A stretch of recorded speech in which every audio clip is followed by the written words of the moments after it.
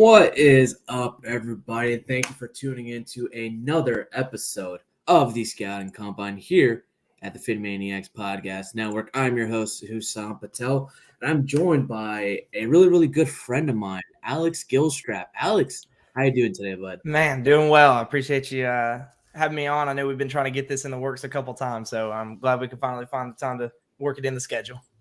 Of course, man. Of course. And look, I know it's been a busy year for you. I mean, you work for the Atlanta Braves, so you guys are just recapping that monstrous World Series run. I mean, how was that for you? Yeah, no, ton of fun. Like I said, that's part of the reason it's been hard to find that schedule, but it's been a lot of fun. Came in during the season when the season looked like it was going to be brisk. The odds of us going to the postseason, let alone winning the World Series, were very slim. So came in and look, it just got better and better over time. It was a fun run, so it was exciting to be a part of. Of course it was, and time was dwindling down for these college football playoffs, and it's looking like another college football playoff candidate.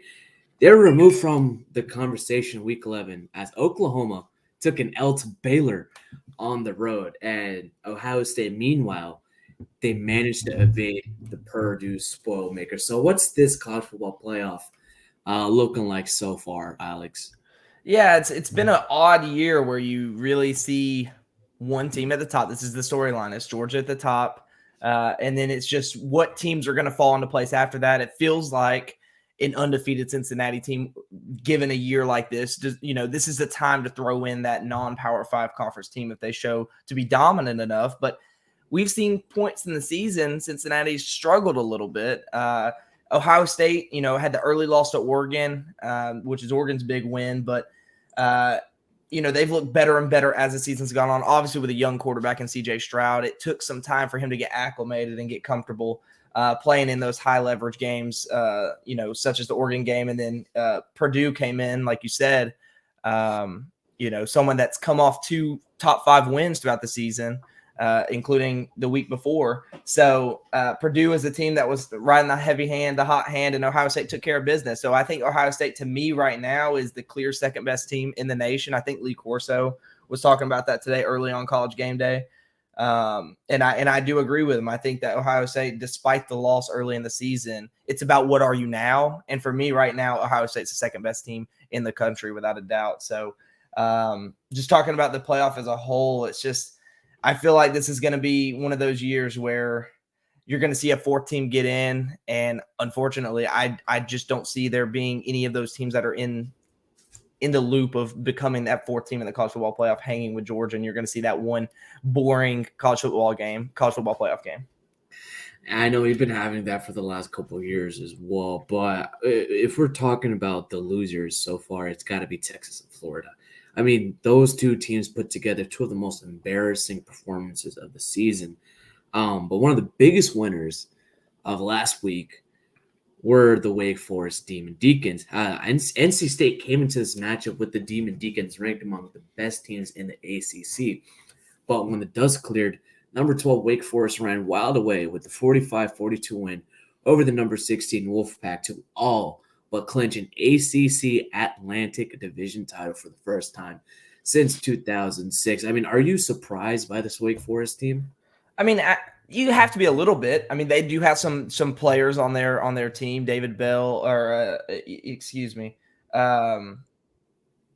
Ja'Cory Roberson. Yeah, I get Wake Forest and Purdue mixed up. Ja'Cory Roberson, is a wide receiver that coming into the season, everyone kind of knew the name of, was in the mix.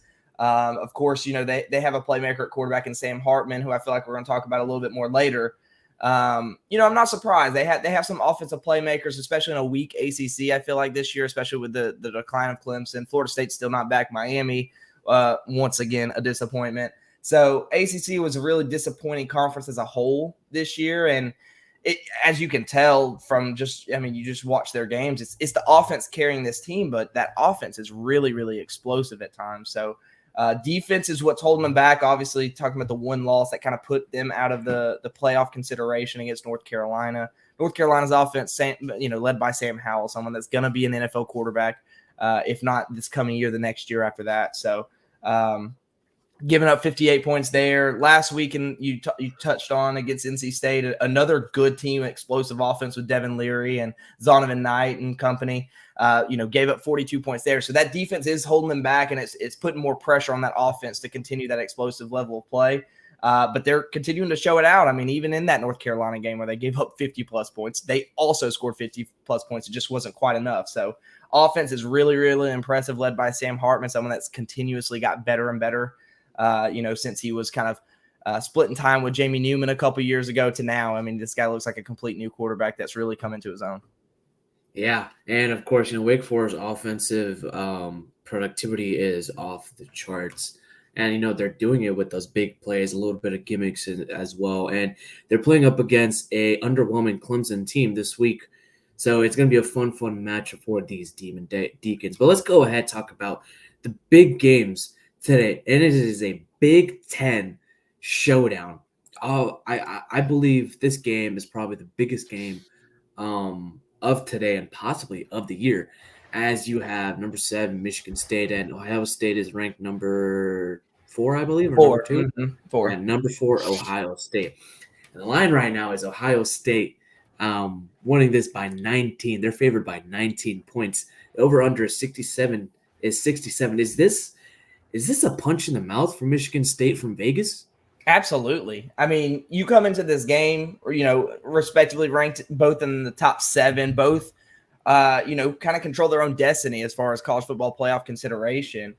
So you're going into Ohio State. So you expect there to be a little bit of a line push there, but 19 just feels disrespectful. And I think that Michigan State, Mel Tucker-led team, who reportedly is going to get one of the biggest contracts in college football it's going to be huge. It's going to be huge, and it's well-deserved. Look what he's done for this program, Michigan State program, since Kirk Cousins has really just been disappointing.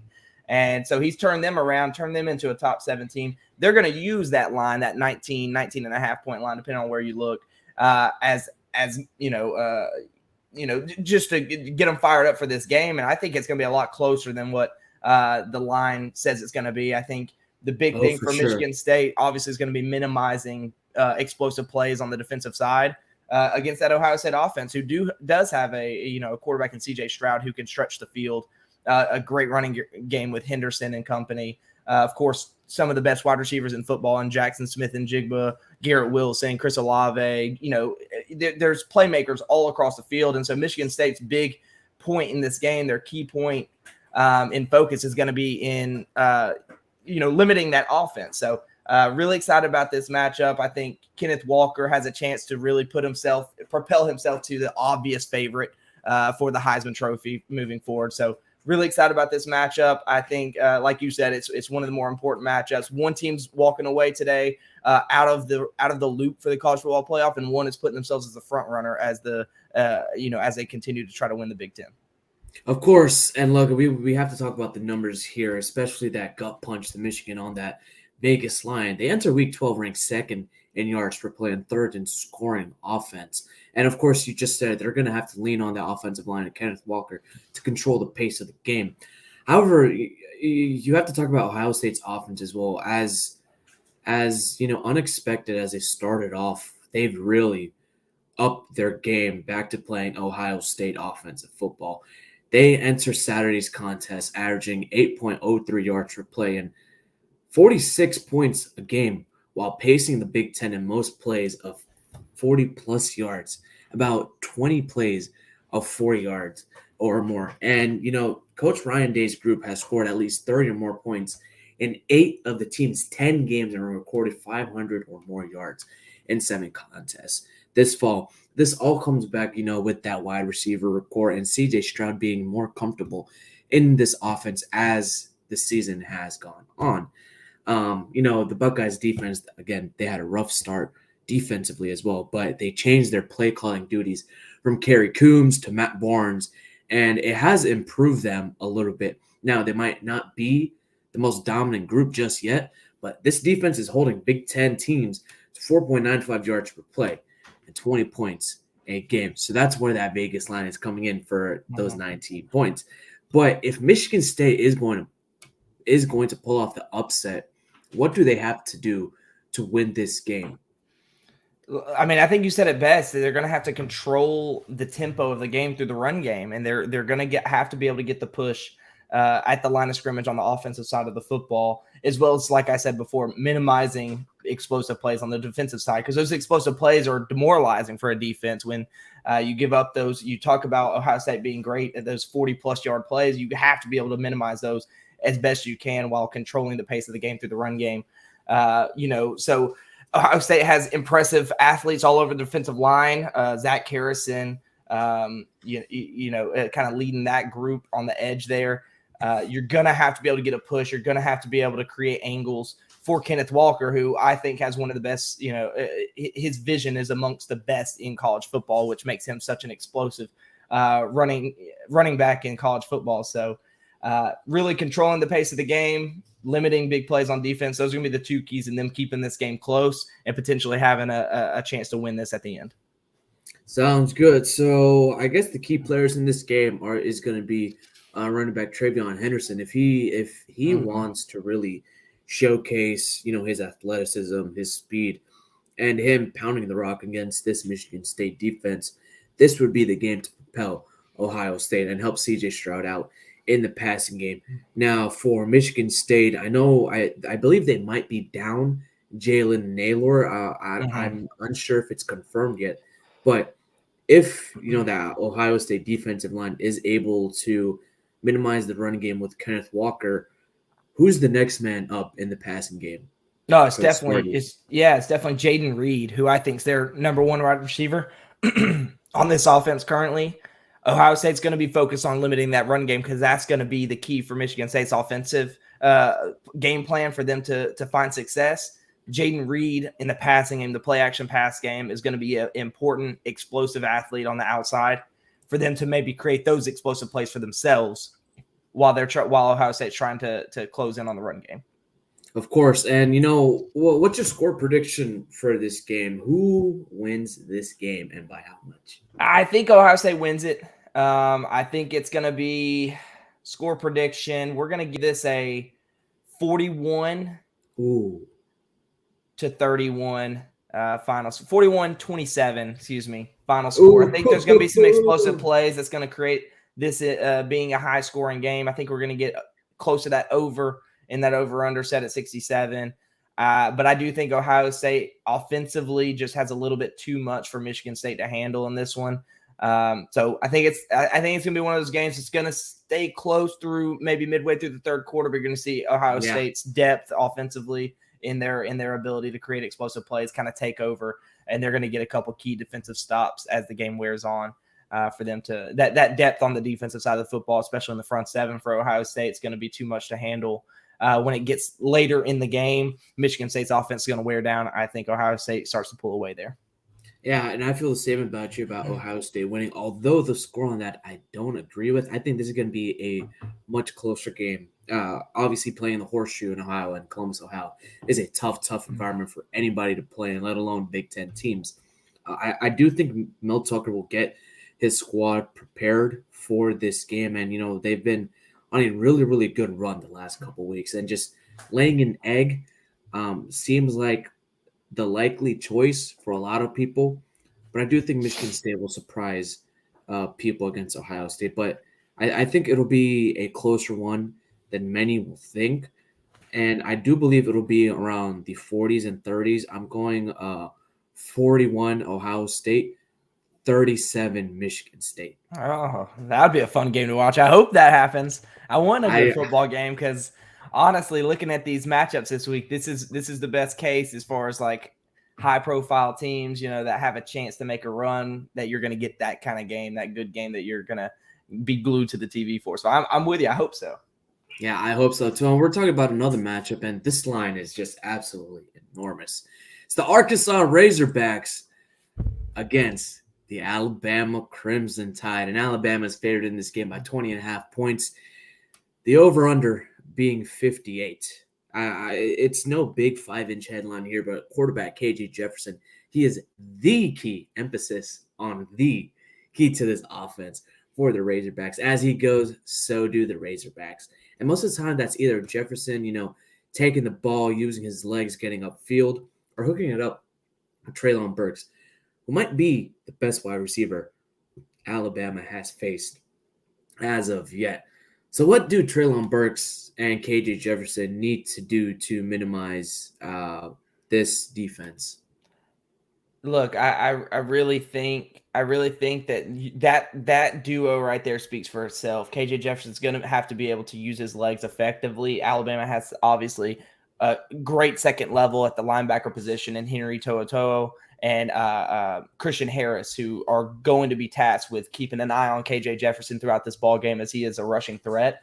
The size he has, the athleticism he has. So KJ Jefferson, I think he's gonna, if they're gonna keep this game close, it's going to be because he's able to use his legs effectively and creating explosive plays to put themselves in prime position for scoring opportunities. So I think Alabama's going to have a game plan for Treylon Burks, because any well-coached staff is going to have a good game plan for, someone of that, mold. Caliber, that caliber, excuse me, in Treylon Burks, who I think is arguably the best player, the best wide receiver in this year's upcoming year's class. So I like someone who else stands with me as well, because he's this season he's been really moving up my boards, and he's my quote unquote wide receiver one right now. He was my wide receiver one coming into the season. I just don't think at that size, that speed, that ability in the air to adjust his body and contort his body to find the football, his contested catch ability.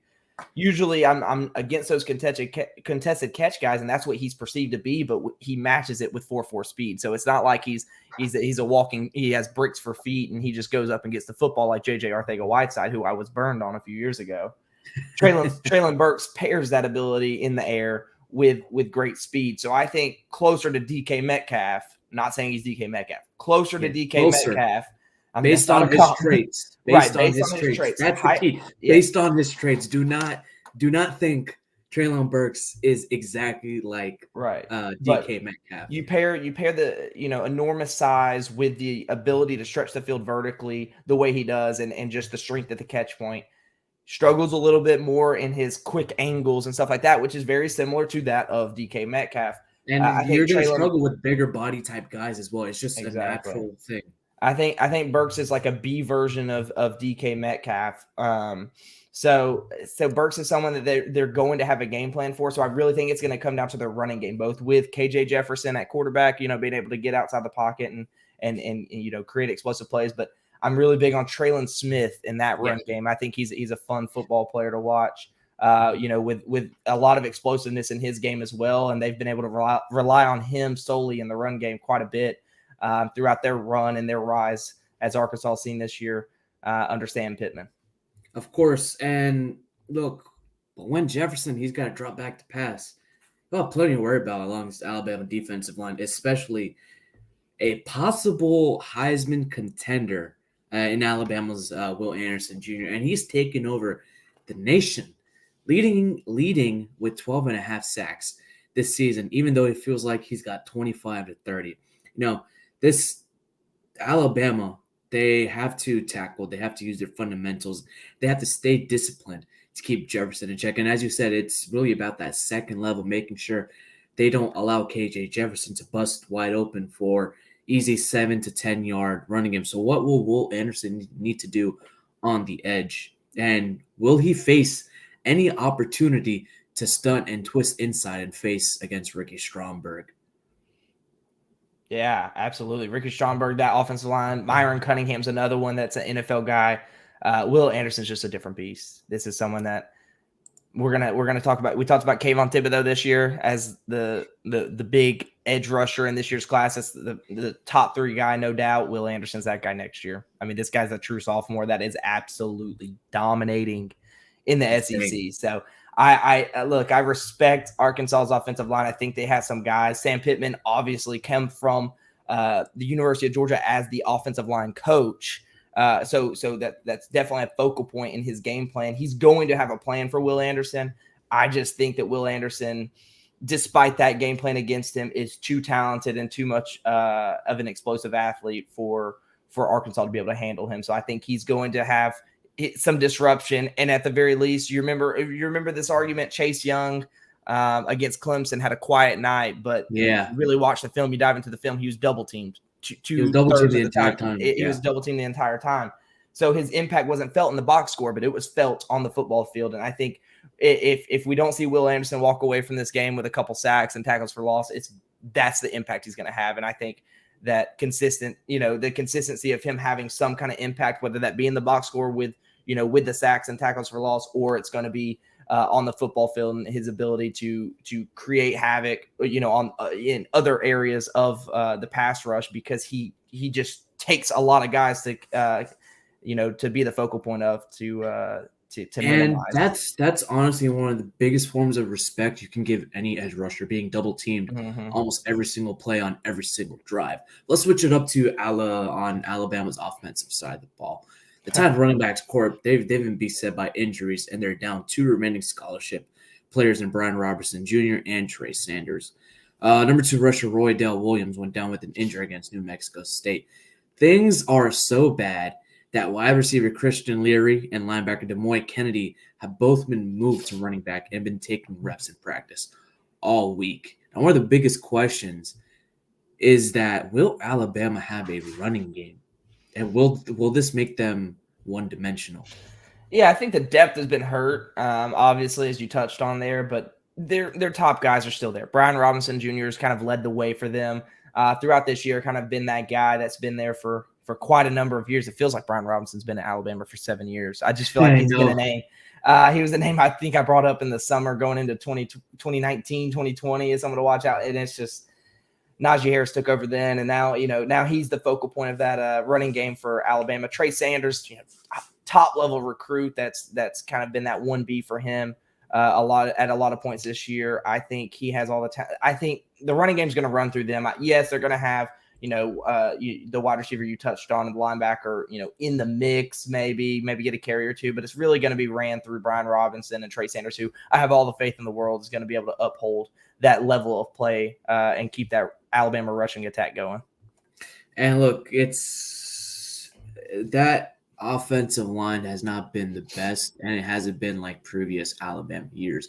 Bryce Young has done a good job of evading pressure, moving in the pocket, and stepping up. But can the Razorbacks follow the blueprint the Aggies and LSU Tigers set in stone?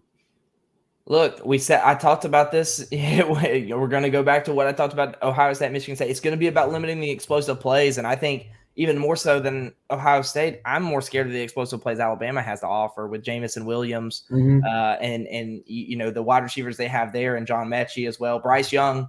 If there's one thing I can say about Bryce Young to this point, though there's a lot left to be seen, moving forward for, projecting him forward. This is someone that's been able to create explosive plays, something that Alabama at the quarterback position has kind of been missing. I mean, Tua is people love Tua. Tua was a great prospect coming out, but he wasn't the guy that was going to create. He's gonna find his targets, and he had a ton of talent at the wide receiver, running back position in his time at Alabama.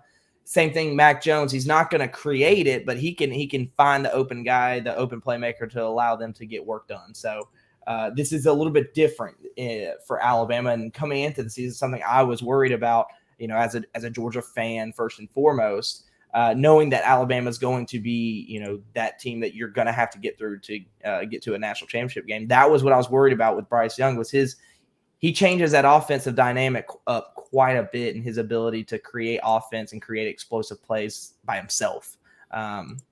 So I don't know. Can they do it? Can the Razorbacks kind of limit that offense? I don't know. There's a couple guys on that defense I like. There's a couple guys in there that, Jalen Catalon, someone I liked in the summer, that's been kind of disappointing despite Arkansas being impressive as a team. As an individual, he's been a little bit more disappointing in his impact.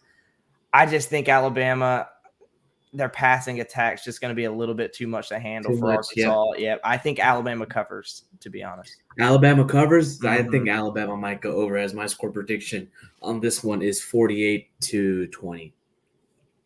48-20. I think that's fair. I think 48. Ooh, I was going to go 48. 48-10. Oh, yeah. right at that over-under spot. Yeah, right. 58 over-under spot. Oh, yeah, I would push there. Yeah, I didn't even notice that. Yeah, 48-10 is where I'm going here. course, and we got to go out west for this Pac-12 showdown. And these two teams might play again in the next 2 to 3 weeks, maybe possibly in a Pac-12 championship game. It's the Oregon Ducks versus the Utah Utes. Right now, Utah is favored by 3, even though Oregon is the number 3 ranked team in the country. And the over-under right now is 59. Now, the Utes might have a big, nasty defense. They gave over 200 yards to Oregon State and lost. They also gave up 200 rushing yards to BYU and San Diego State and lost both of those games.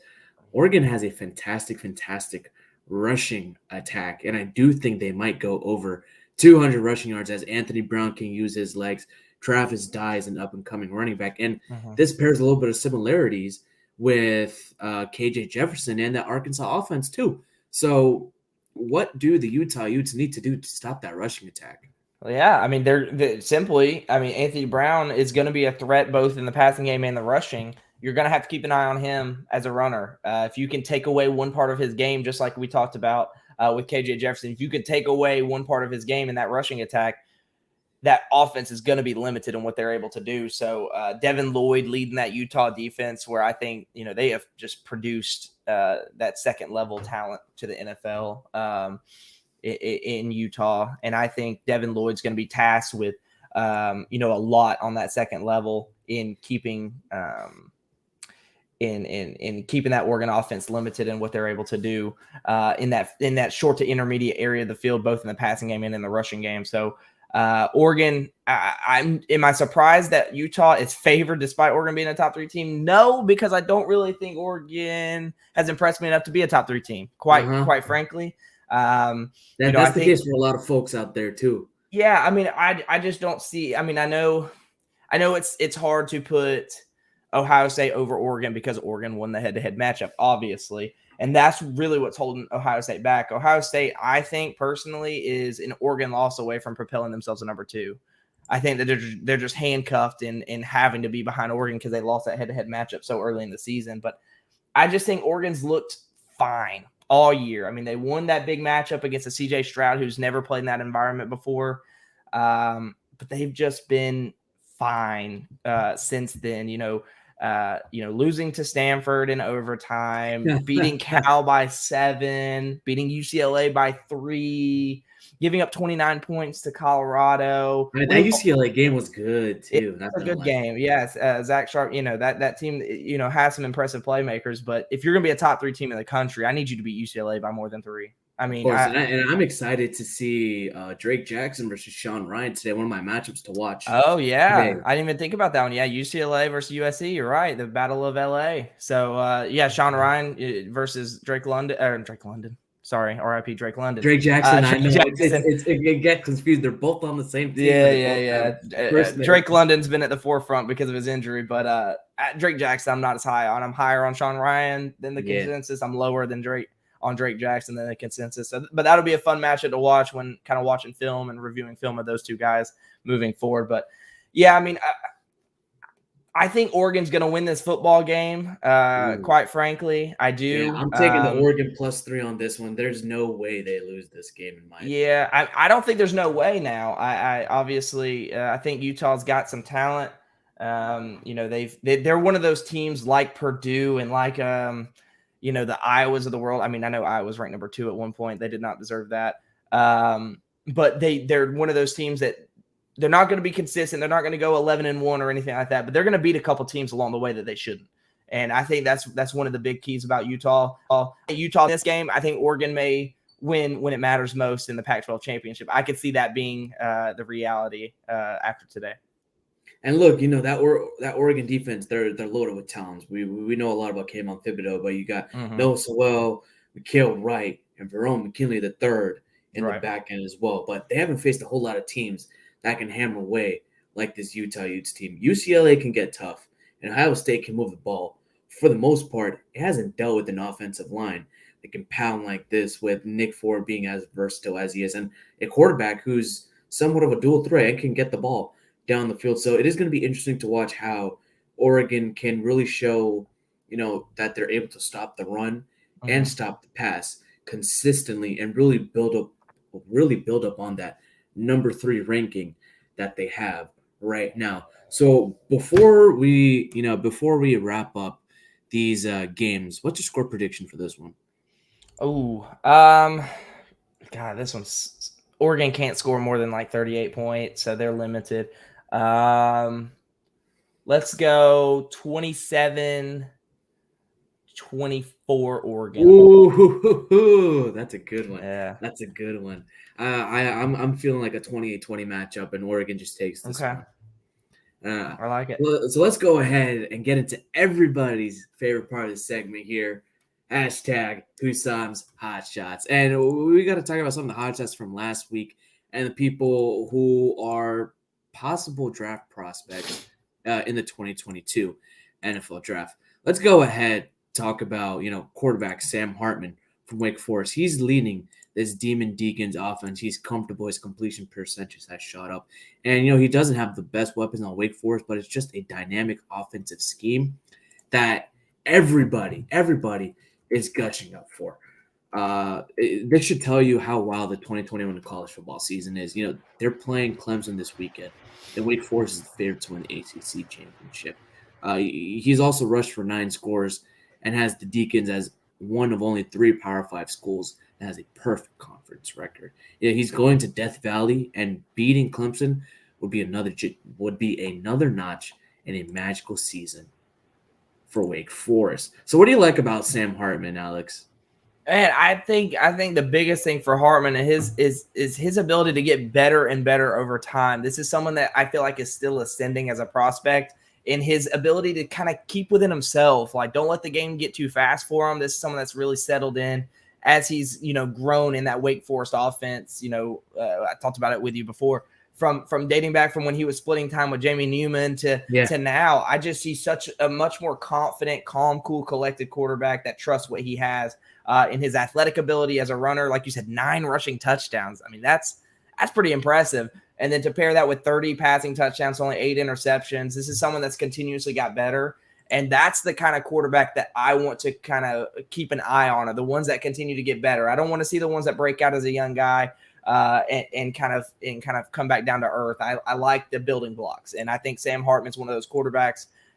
For me, the physical talent's been there. He doesn't wow you from a stature standpoint or arm strength standpoint, but this is someone that gets the ball out there. He stays in rhythm. He gets the ball to his playmakers and has some athletic juice to him as well to pair with that.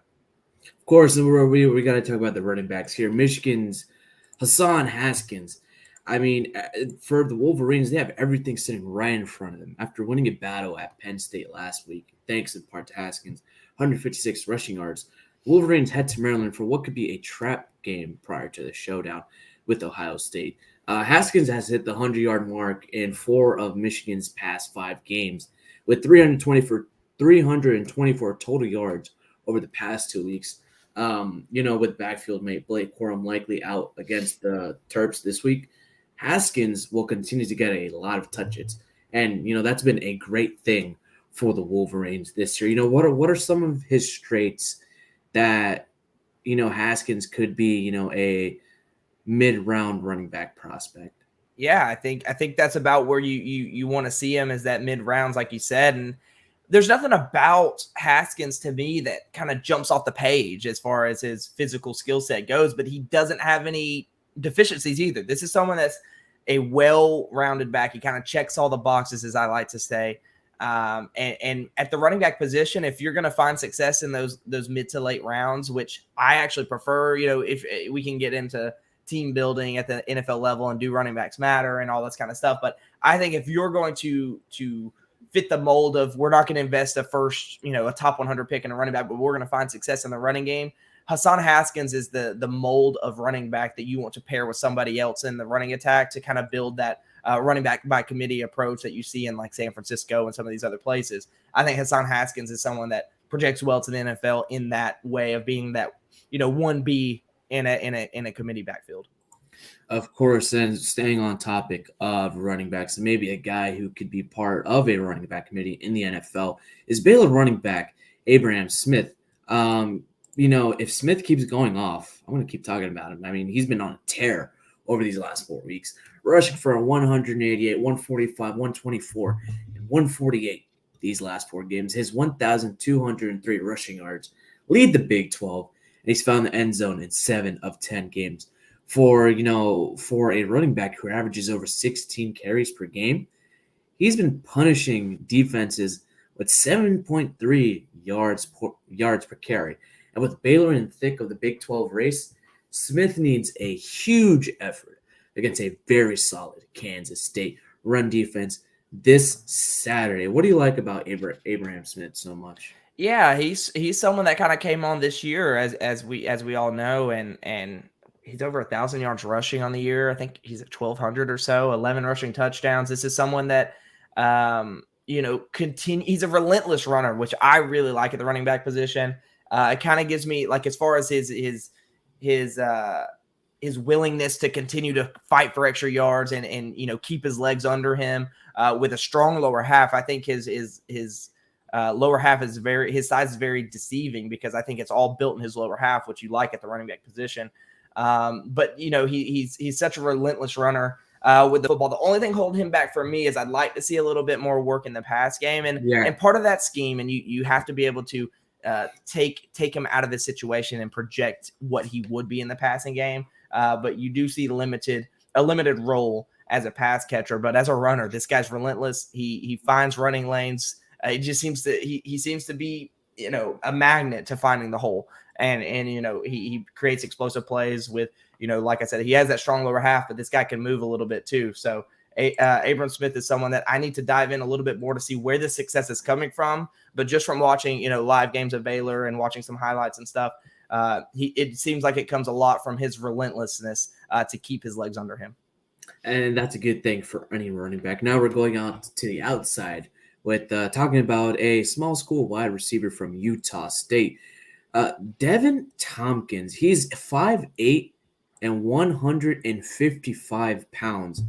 I mean, he is a lightweight, Alex. I don't think a lot of people expected this guy to be one of the wide receivers that leads the nation in receiving yards and one of the country's top big play threats with his size and stature.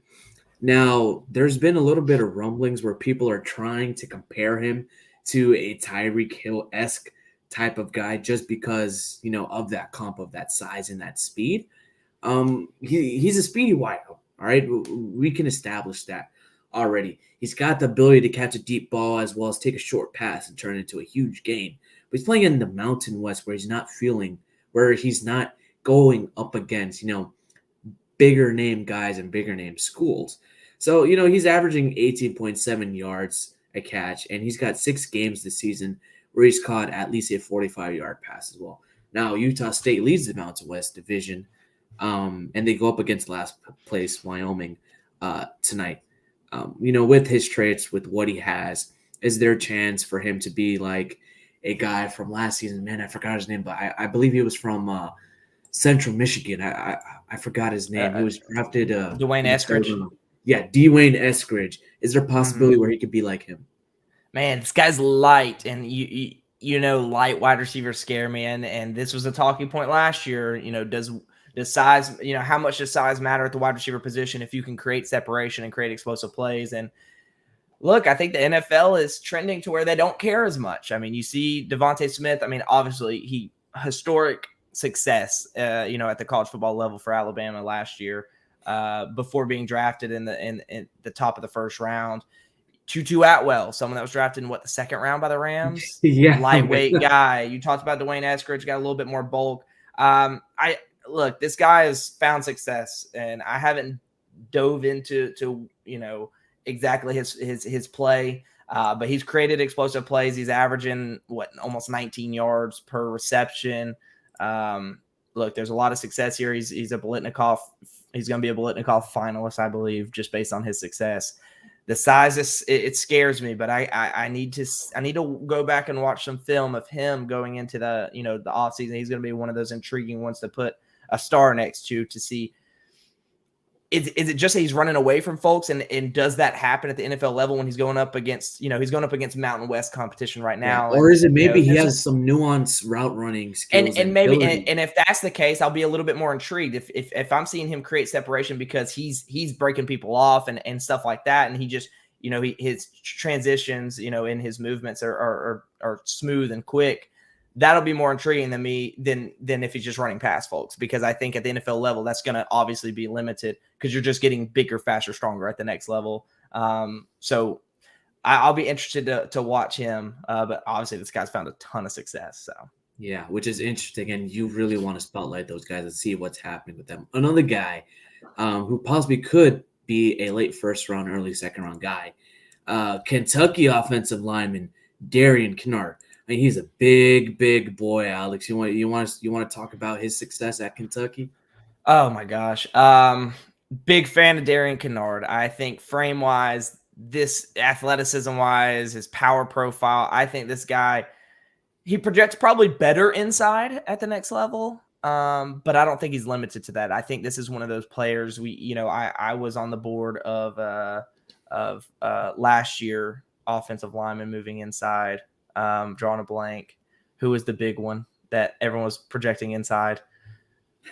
First rounder. I'll come back to it. But look, I think that obviously there's more value in having a good tackle than a good interior guy. So look, I'm not opposed to keeping this guy at tackle and letting him prove that he can play offensive tackle at the next level. Like I said, may project a little bit better inside just because of his size and power profile. But this is someone that I think could be a versatile piece and can kind of fit anywhere you need to amongst the offensive line, just because I think this guy is special when it comes to his motor and his ability to play. It's Rashawn Slater, who I was thinking of. Rashawn Slater is offensive lineman. I projected better inside, but he's done a marvelous job outside. So I think my viewpoint on moving good tackles inside, though I do think there's an arm length threshold, and I do believe the arm length matters, right?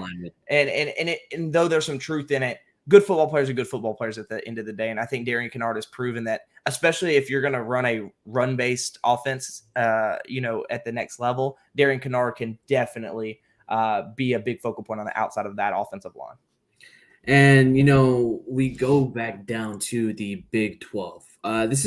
He's not someone who you're looking to draft in 2022 or 2023, but Collin Oliver, man, he's a freshman at Oklahoma State. And this Cowboys team looks to be the best team in the Big 12 right now. They have a spot in the conference championship game in sight. And, the Cowboys, they're being led by their defense easily. And freshman defensive end Collin Oliver has become a huge factor as a result of their success. He leads the team with 5.5 sacks and recorded a sack in 5 of the last 6 games. And he's, pressuring and getting after the quarterback into the backfield. And all of that has began in his first career start. In the 3 games since their loss to the Iowa State Cyclones, this suffocating Oklahoma State defense has allowed just 23 total points. Up next is a trip to Texas Tech. So we might be talking about Collin Oliver a little bit, maybe in the 2023-2024 draft cycle. So this guy might be one to keep your eye on in the later part of draft season come next season. Another guy I want to talk about is Ali Fayad from Western Michigan. Not a lot of people know about Ali Fayad. He's a highly productive player out of Western Michigan University. He's got over 200 career tackles, 35.5 tackles for loss, including 17.5 sacks. He's got 9 forced fumbles in 41 career games, and this is over 2,000 snaps as well. Yeah, he had originally decided to enter the 2021 NFL Draft and was named to the NFLPA Collegiate Bowl roster. But after the NCAA extended the deadline for seniors to declare for the draft, he opted to return for Western Michigan for one more season to really develop this pass rush plan for himself. Before we get to that, he's one to keep an eye on, especially in a stacked edge rushing class. You can get a lot of value out of Ali Fayad. And as we wrap this up, Micah Bakersville from LSU. He's I believe junior this season for the LSU Tigers. What can you talk about? What can you say about Micah so far, Alex? Yeah, I mean LSU just as a whole, as we know, has been disappointing. You talk about what's transpired with Coach Ed Ogeron and company there. It's been a big disappointment, but that's not to say that there hasn't been some things to get excited about. With this LSU roster moving forward, whoever the next coach is going to be, but this guy just seems like he's all over the place for them. I mean, I think he's second on the team in tackles. He's created some havoc as a pass defender. He's kind of a versatile guy. But I really think that, this guy just does everything well. I think that's the biggest thing with his game. Like you trust him in the run game, you trust him in the pass game as a coverage defender. And I think that bodes well for his projection to the next level. So this is someone I got to put under the microscope a little bit more. But someone that in live action, watching a little bit of LSU, he is someone that you circle and you keep an eye on, because I don't see him in the wrong position very often. Of course, and this wraps up our college football preview and hashtag Hussam's Hot Shots. Well, Alex, thank you so much for coming on. I really appreciate it. And before we go, viewers, we have shirts, we have tank tops, hoodies as well at the Fin Maniac shop. So go ahead, check it out. And tomorrow we play the New York Stinking Jets. And, if you're there up north, go ahead, go to the MetLife Takeover. They have a dinner tonight with everybody at one of the pubs and then a tailgate. Tomorrow morning, Jason Sarney will be there. Chip Turner, some of the Fin Maniacs guys will be there as well. And let's hope, the Miami Dolphins get this win. Alex, before we let you go, where can our viewers find you at? Yeah, a lot of my work is going to be found at riseanddraft.com, where I'm providing some scouting work for them over there for Ryan and the team, as well as the Believe in NFL Draft Prospects podcast. Thanks to Hussam. He helps us out a ton with that. So, we post every week, multiple times a week. We usually have an interview and then a content episode. So if you want to kind of learn more about some of these college football guys, talk about some prospects for all things Dolphins, you can kind of see us there on Tuesdays. Typically is when those go out. Thursdays typically going with interviews. We've interviewed guys of the likes of Patrick Surtain, JC Horn, Greg Rousseau. We definitely bring on some top guys, and we're continuing to build that profile of getting those interviews out there. So shout out to Ryan and Joe for that. Of course, and I'm there too in case you guys forgot already, since Alex talks a lot, and he's really, really good at scouting prospects and really diving deep into the film and just, breaking down the all-22 as well. But guys, enjoy your college football Saturday. As always, guys, fins up, baby.